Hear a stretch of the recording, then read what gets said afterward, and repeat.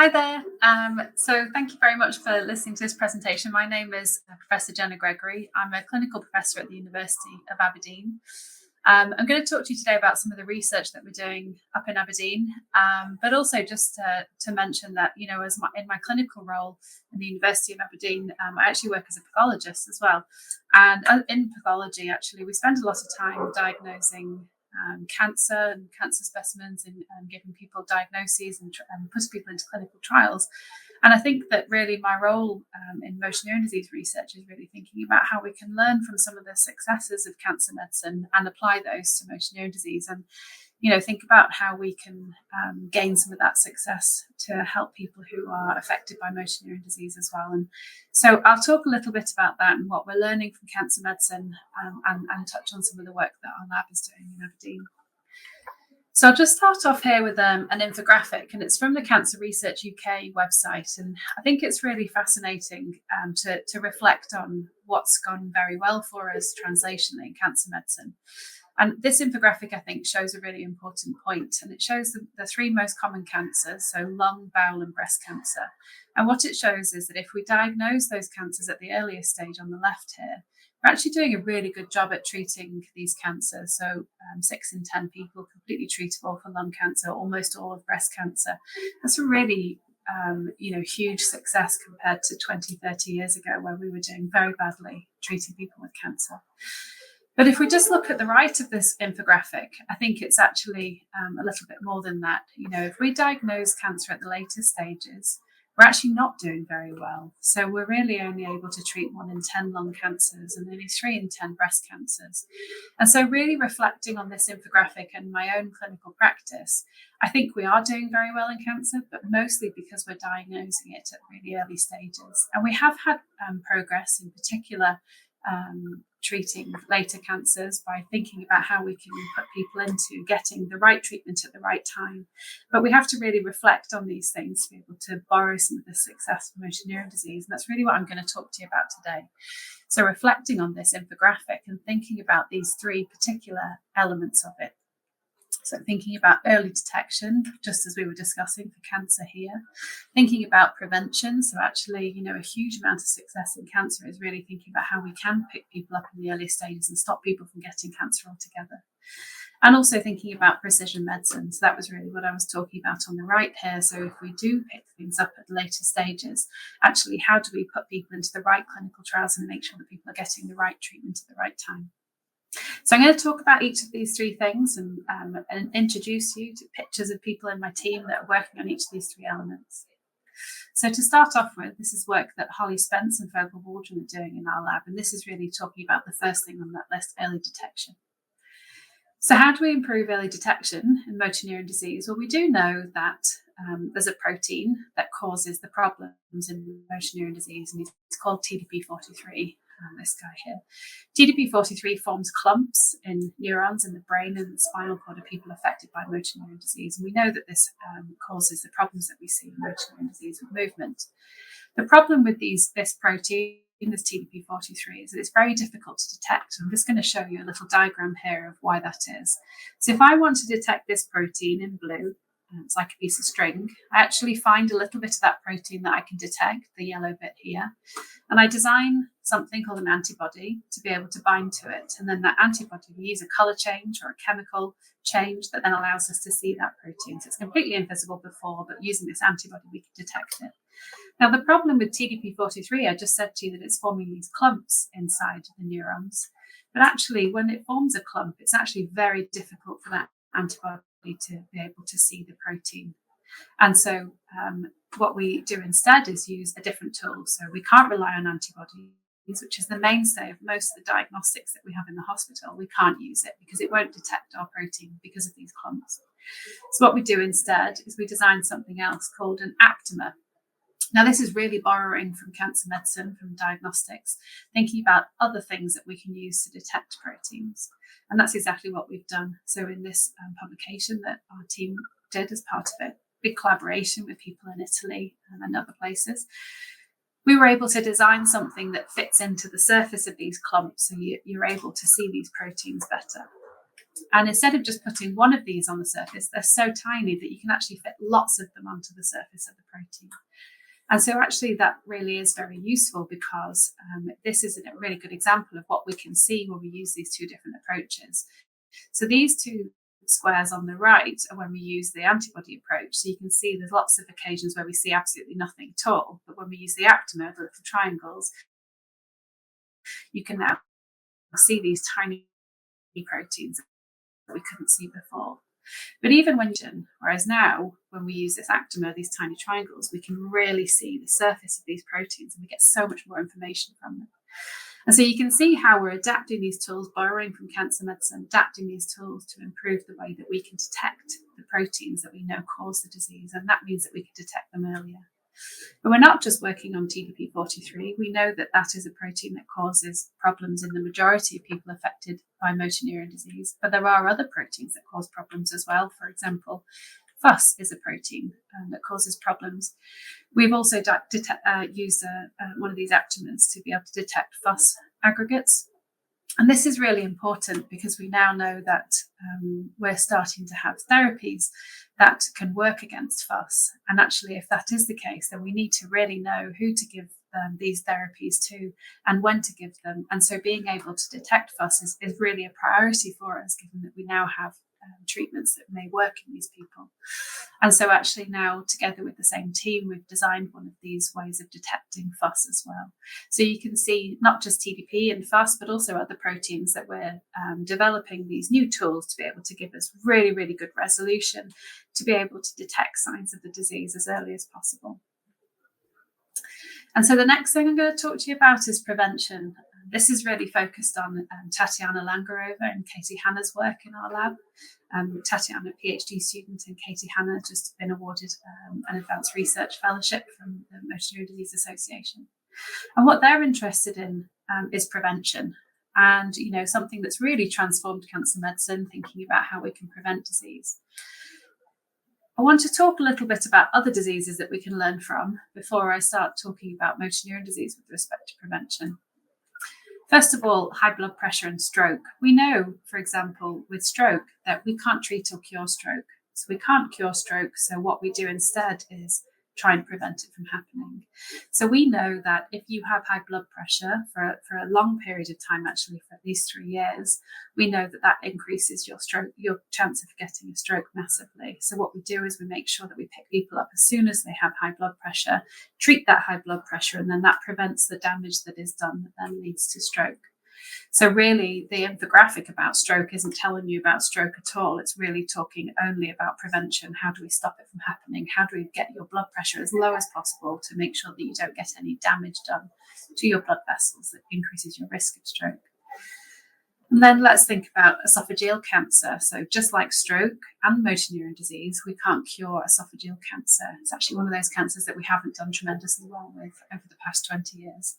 So instead of talking about esophageal cancer, again, this infographic is only really thinking about reducing your risk of getting it. So how do we prevent it?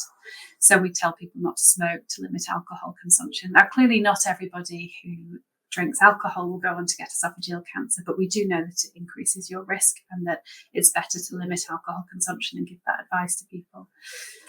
And in the same way that I was saying about high blood pressure leading to stroke, it's not having high blood pressure for a week that causes your increased risk of stroke. It's really having it for long enough to accumulate damage, so having it for 3 years. And the same for esophageal cancer. So because we can't treat or cure these diseases, we're really thinking about prevention.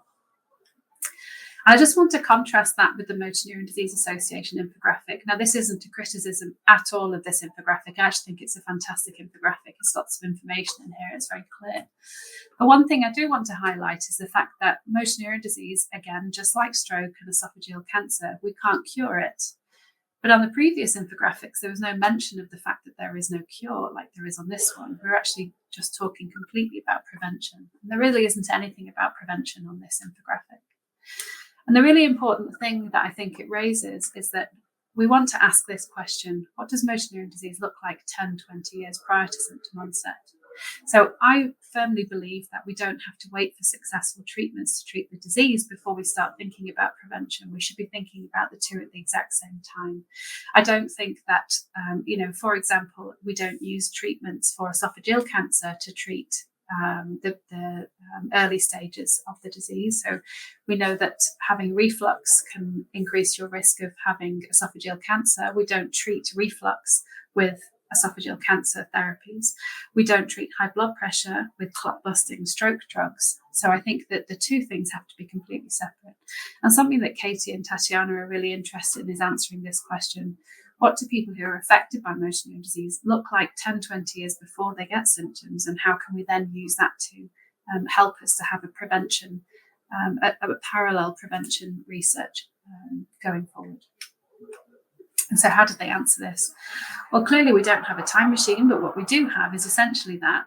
So in the pathology department here, we actually store all tissue that's taken from anybody for research purposes. So for example, if you have your appendix taken out when you're 12 years old, or your tonsils taken out in your 20s, or if you have a gut biopsy or a bladder biopsy in your 50s or 60s, we have all of that tissue banked in our tissue banks locally.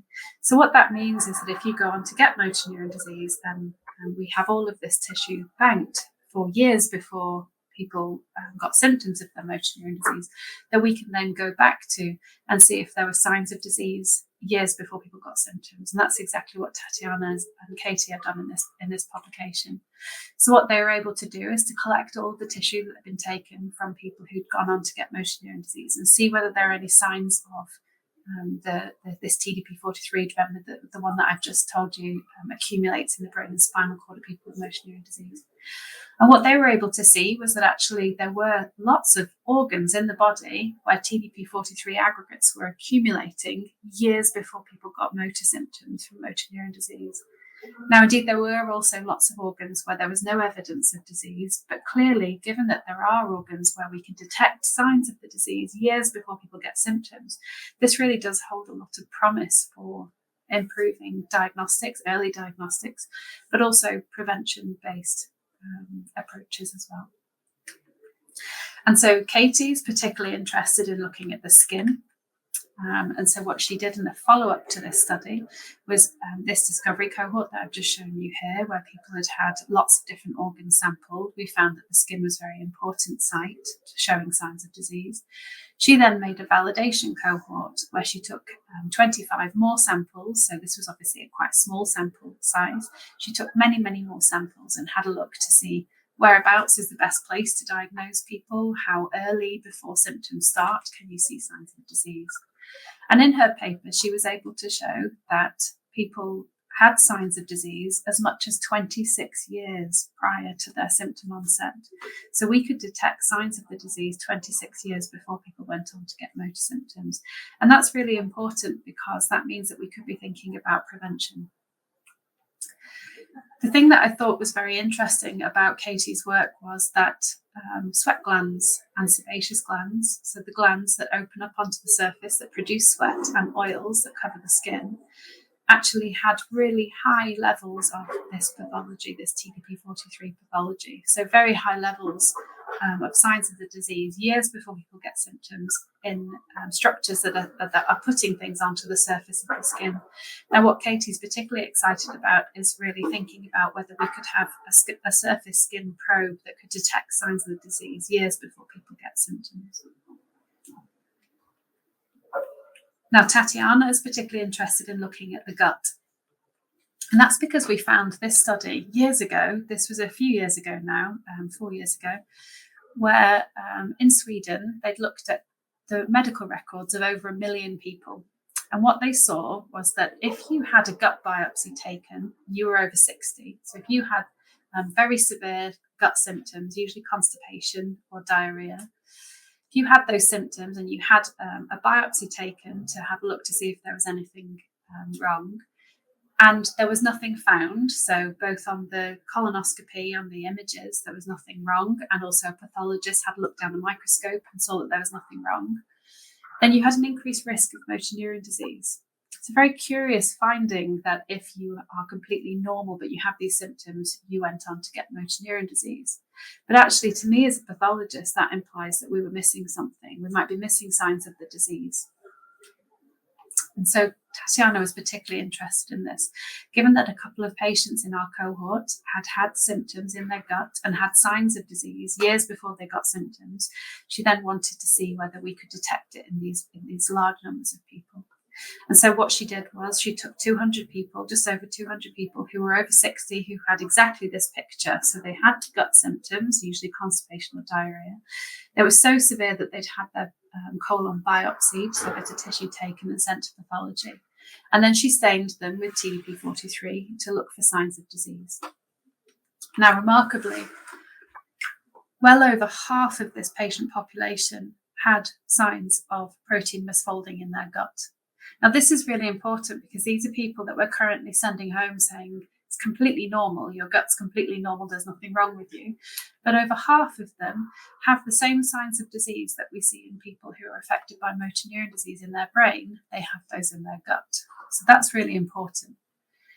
We know that the gut as well has this brain-like structure, the enteric nervous system, and that it's got lots of cells that are very similar, like neurons, like in the brain.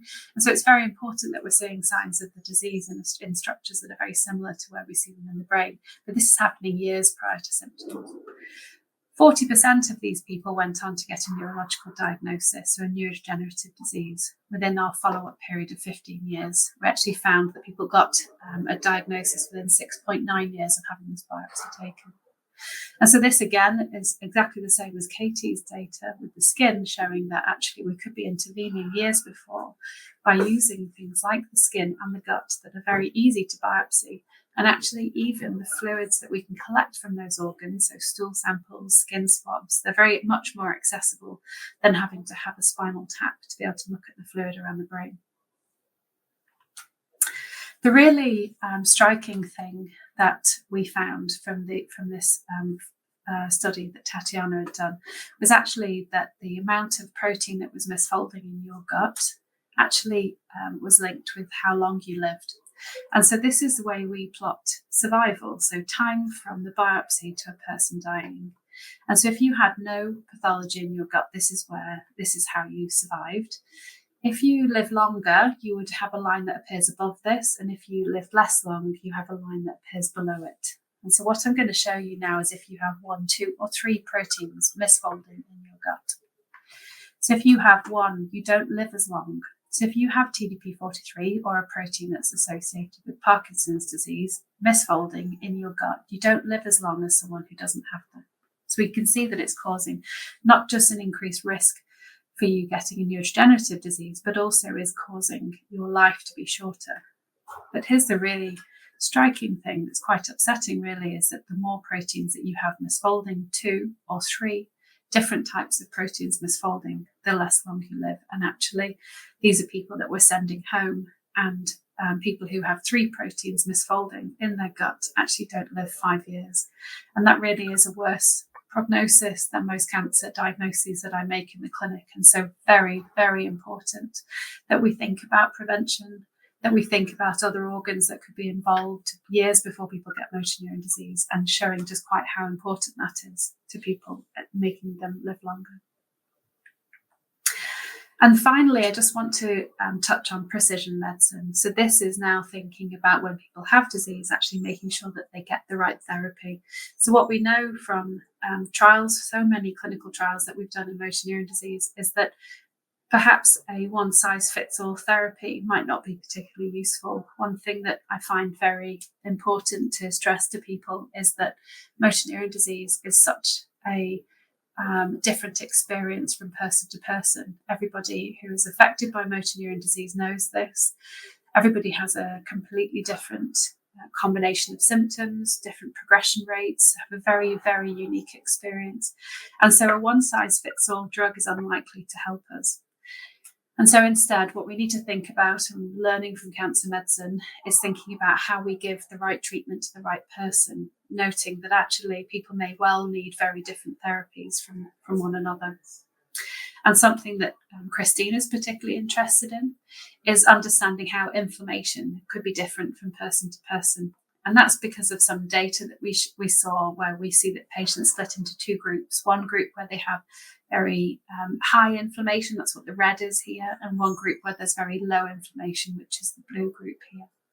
And so if we have some patients that are very inflammatory, and we have some that are not very inflammatory, then clearly using the same treatment for both isn't going to work.